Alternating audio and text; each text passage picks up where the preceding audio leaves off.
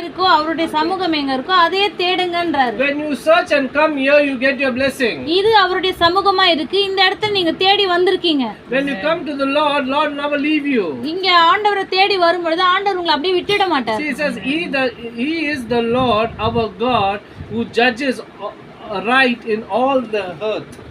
அதாவது அவர்தான் பூமி அனைத்துக்கும் தேவனா இருக்கிறார், நியாயாதிபதியா இருக்கிறார். அவர்தான் எல்லாரும் நியாயம் விசாரிக்கிறவரா He will judge the இருக்கிறார். earth if you don't hear the voice of the shepherd. நீங்க தேவனுடைய குரலை நீங்க கேட்காம போனீங்கன்னா அவர் உங்களை நியாயம் He தீர்ப்பார். will judge us. அவர் நம்மை நியாயம் Why தீர்ப்பார். do you have to judge us?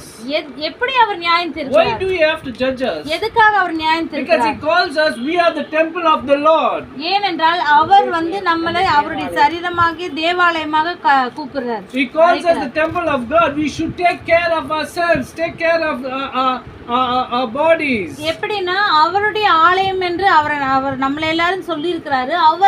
அவர் தங்குகிற இந்த ஆலயத்தை நம்ம பாதுகாத்து கொள்ளணும். அப்படி பாதுகாக்காம போகும் பட்சத்துல அவர் நம்மளை விசாரிக்கிறவரா இருக்கிறார். Let's read 2 Colossians. 2 கொலோசியர்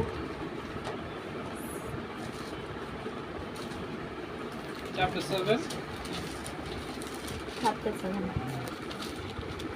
கொலோசியர் 1 தான். 2 கொரிந்தியர் சார்.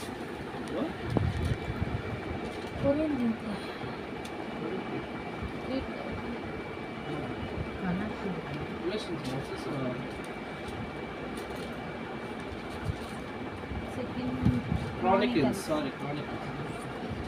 2:4 In Chronicles 7:1-5.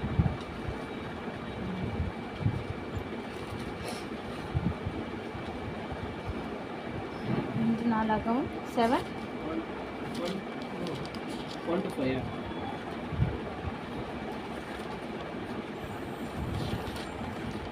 1 5 வரைக்கும் வாசிக்கலாம்.